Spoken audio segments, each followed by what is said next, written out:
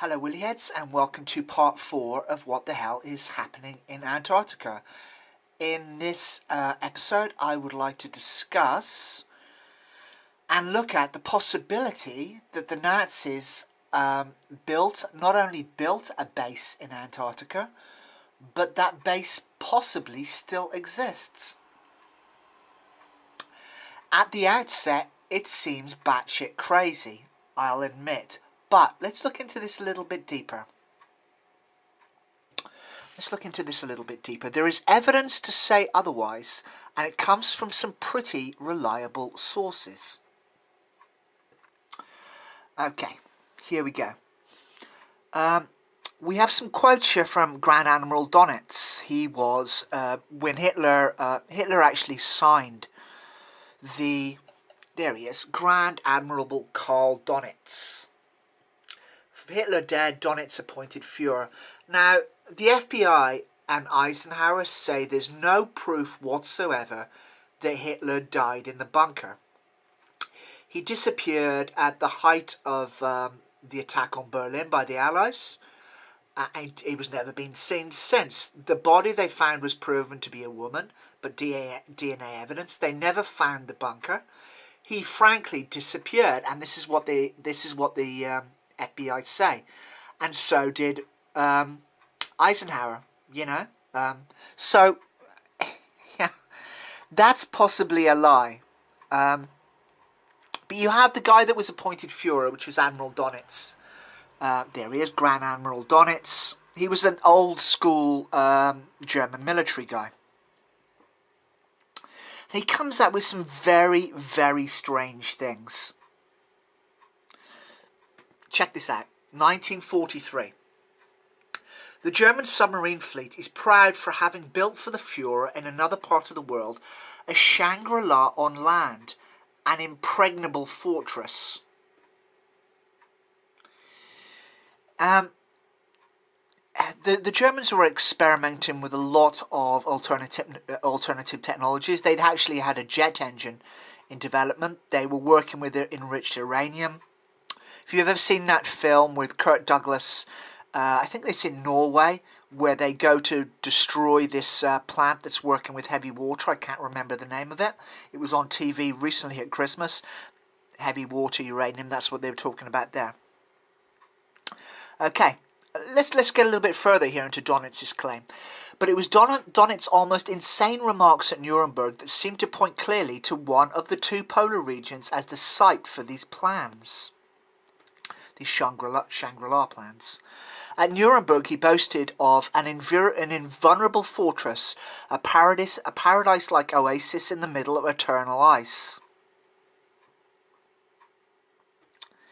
Crazy, crazy, crazy things. Apparently 250,000 Germans were unaccounted for after World War II. That's taking into account casualties and bomb victims as well. A lot of the U-boats went missing. We know that Boring, the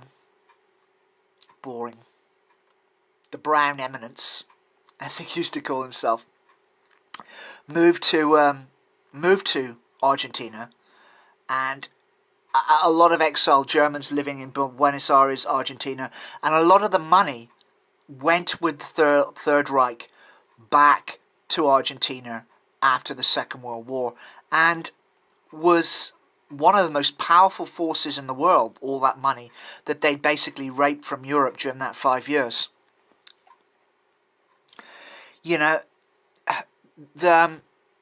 Juan Perón, the husband of Evita, you'll remember the musical, was very friendly towards the Germans and offered a lot of them immunity. And a lot of high-ranking Germans went to Argentina after the war. It's possible to see the Nuremberg trials as show trials. We know, for example, that almost all of the Nazi rocket propulsion guys, the good ones, went to work for NASA.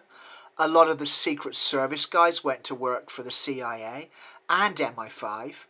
And God knows, I mean, the Russians were coming, we were advancing one way from Normandy, the Russians were coming the other. No doubt, anything they captured, if they captured, high-ranking targets, of course they're going to keep them and interrogate them and, leech their knowledge from them. This is something taken by Google Earth, which appears to be an entrance. This is Antarctica, which appears to be an entrance into the inner Earth. There's a very fanciful picture here of Operation High Jump, which we'll get to in a moment, with the missing U-boats and the UFOs.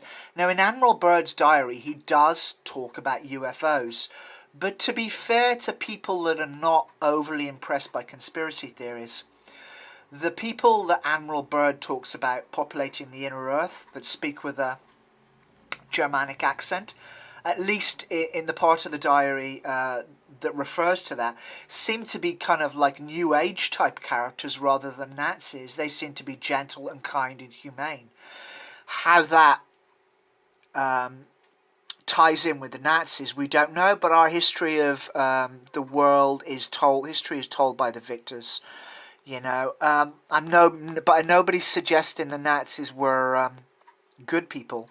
But if you look at the amount of people the British, for example, had under force of arms at the start of World War II, it was a hell of a lot more than the Nazis. This was a battle of empires rather than good versus evil, I would suggest. And before you say, oh, the Jewish people, you can say World War II was fought for many, many things. You cannot say it was fought for the benefit of the Jewish people. Nobody wanted the Jewish people. Hitler at one point offered to sail them to America in first class travel, and Roosevelt and the people there told him basically no. Nobody wanted them. You can say World War II was fought for many things, but it was not fought for the Jewish people. After World War II, it became, well, we did it for the... No, we didn't fight World War II for the Jewish people. It was fought, like I'd say, I put forward the theory, every war, for money. That's my own personal point of view.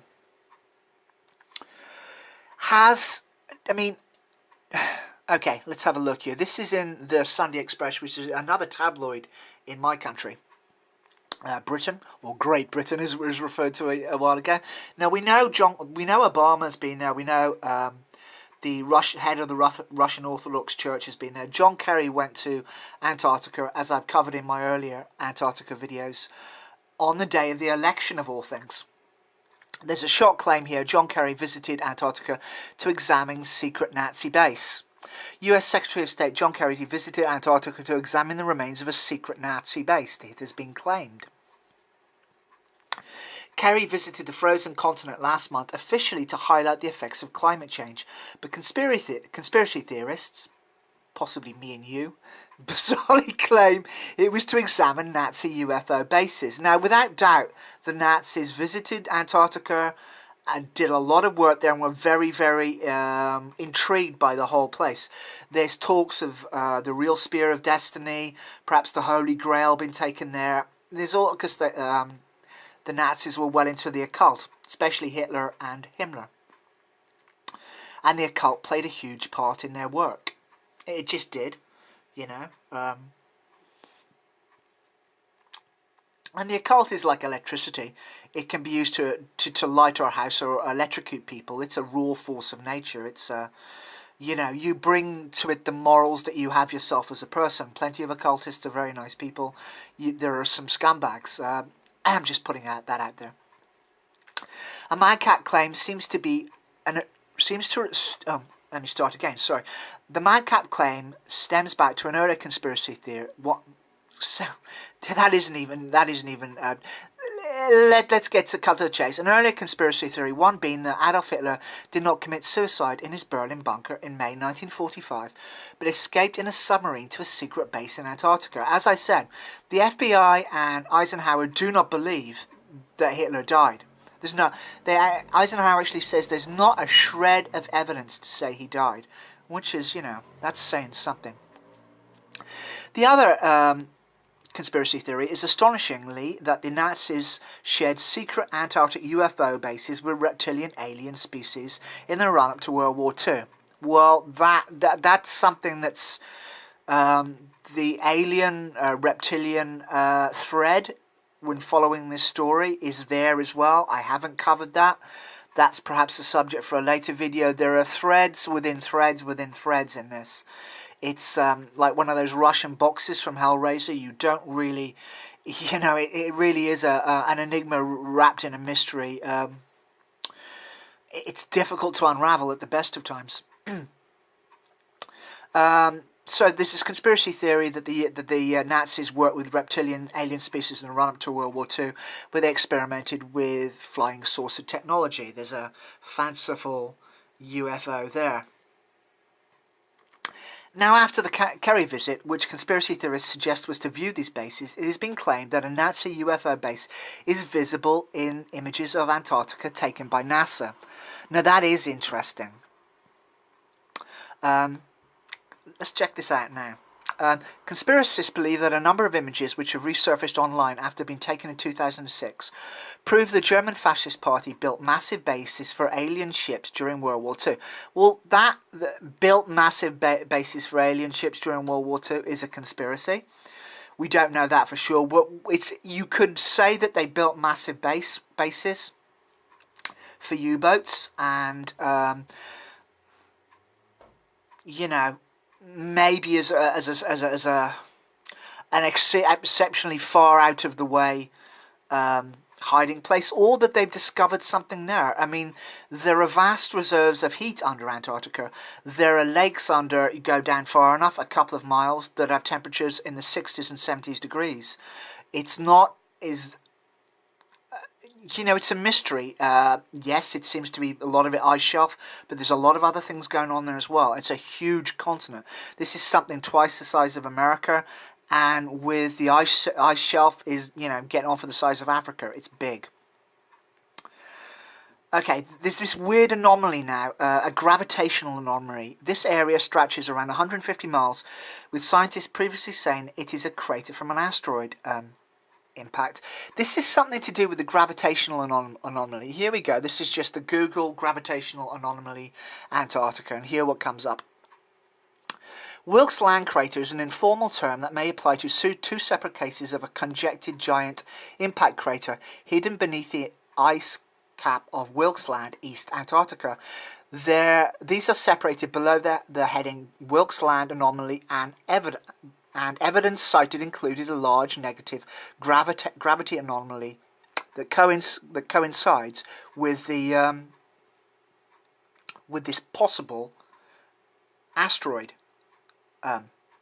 crater. But that there's also people saying that could also be the Nazi base. Pretty far out, but you know, people have been flying for the last 100 years. Our government tells us we walked on the moon. You know, you can believe that, but you can't believe that the Nazis that almost conquered the world don't have the power to build military bases in Antarctica and sustain them. It's a question of perspective. Scientists believe a massive object that could change our understanding of history is hidden beneath the Antarctic ice. This Wilkes Land gravity anomaly was first uncovered in 2006 when NASA satellites spotted gravitational changes which indicated the presence of... Well, where the anomaly is, the gravitational pull there is much stronger, which is an odd thing. We'll keep going here. Satellites spot massive object hidden underneath frozen wastes. Satellite detects massive object under Antarctica. You're talking about more gravity anomalies in the lithosphere. What's lurking under the ice of Antarctica? Massive object hidden under the frozen waste. Mysterious 14-mile long structure buried under Antarctica. You get the point. Let's check out Operation High Jump here. Operation High Jump was, well, let's have a look at it.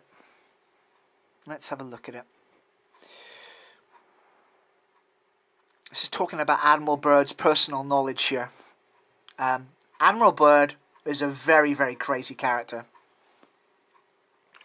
Okay, rumours began to circulate that even though Germany had been defeated, a selection of military personnel and scientists had fled the fatherland as Allied troops marched across Europe and established themselves a base at Antarctica, from which they continued to develop advanced aircraft based on extraterrestrial technologies. It is interesting to note that at the end of the war, the Allies determined that there were 250,000 Germans unaccounted for.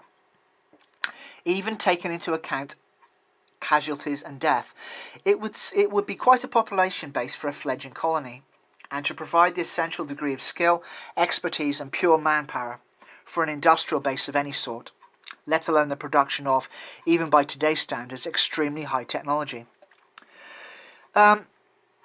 Okay, let's carry on, because we're getting into the realms of UFOs and aliens as well.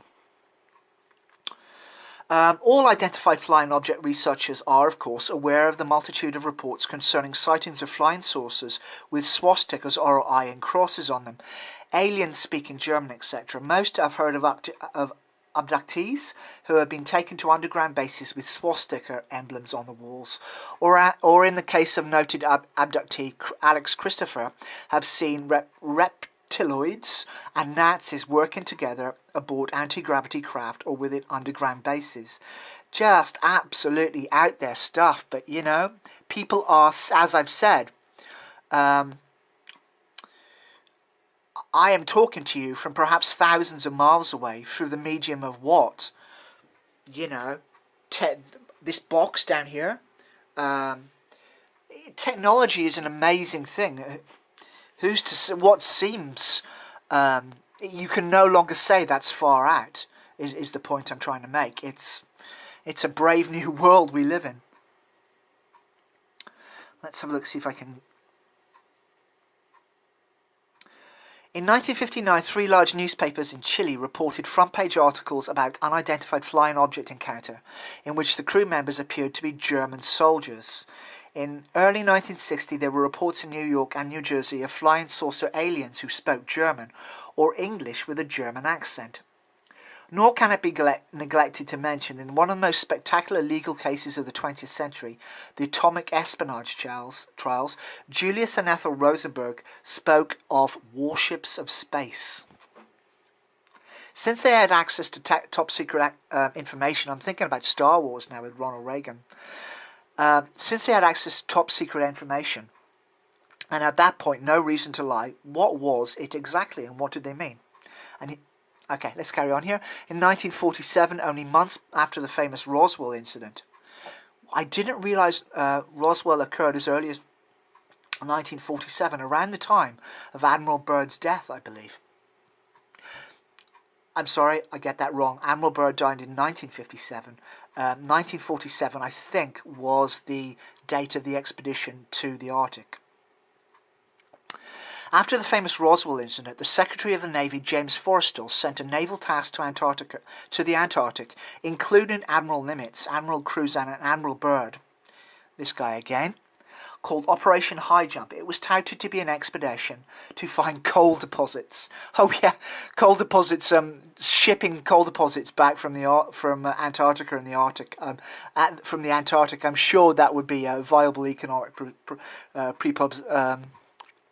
viably economic thing to do. They can't even lie efficiently. In actuality, they were apparently trying to locate an immense underground base constructed by the Germans before, during and after, and immediately after and during the Second World War, with the aid of alien entities which were described as Aryans. The base was allegedly located in New Schwabenland, an area of Antarctica which Germany explored and claimed before the outbreak of World War II. In fact, Germany had done a very detailed study of Antarctic and were alleged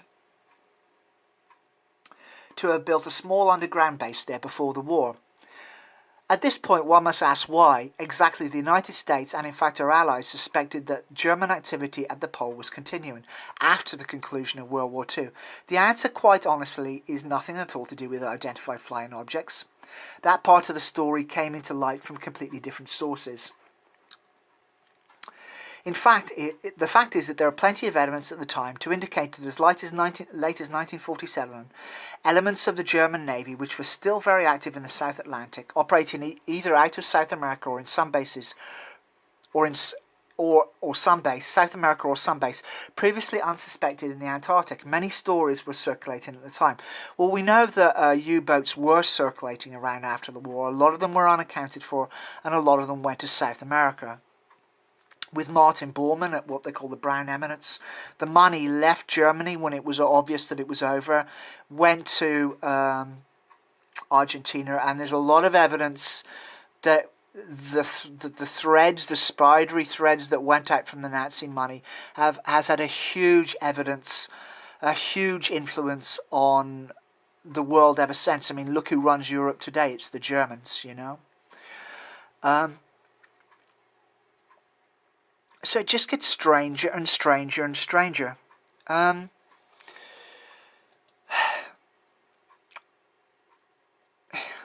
a very, very fanciful picture of a Nazi monastery built on what looks like the lines of Tibetan monasteries. That very much looks like the like Tibetan monasteries in Lhasa. So there we have it. Did the Nazis build a base in Antarctica? Is it still there? I mean, power is what it is, you know. We have a view of our leaders that they tell us that they're all good. They're all kind, gentle people.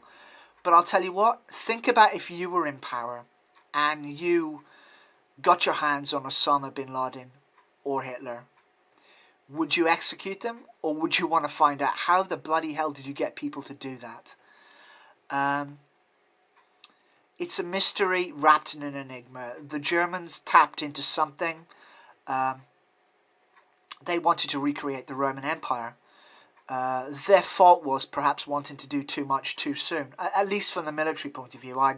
I reserve moral judgments. I don't, I'm not going to pass any moral judgments on them, one way or the other, you know.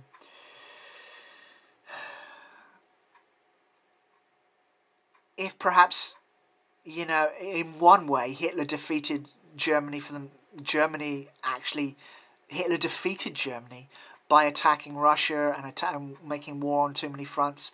Perhaps what destroyed them was their ambitions, but they did not lack ambitions. So I'm going to leave this for now. I will do more research, and yeah. This is the question. Did the Germans build a base on Antarctica?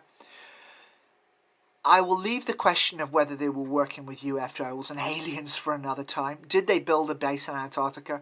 And more importantly, does it still exist? You know, that's...